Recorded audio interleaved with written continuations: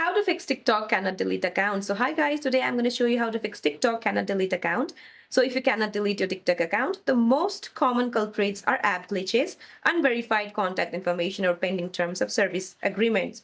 So one of the standard fixes is to restart the app and phone.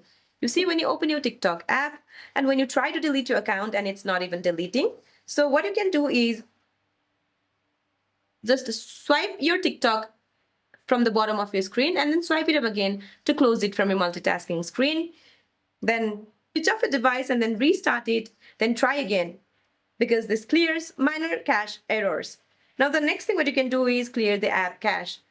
Just go to your TikTok app, then tap on your profile and then go to menu at the top right and then tap on the settings and privacy. Now scroll down to cache and cellular section, then tap free up space. Now tap clear cache before trying to delete the account. Now the next thing what you can do is update the app. Just go to your Google Play Store or Apple App Store and then find TikTok. And if you see an update option available here, just tap on update to get the latest version. So that's it for this video guys. I hope this video is helpful. Please don't forget to like and subscribe. See you in my next video.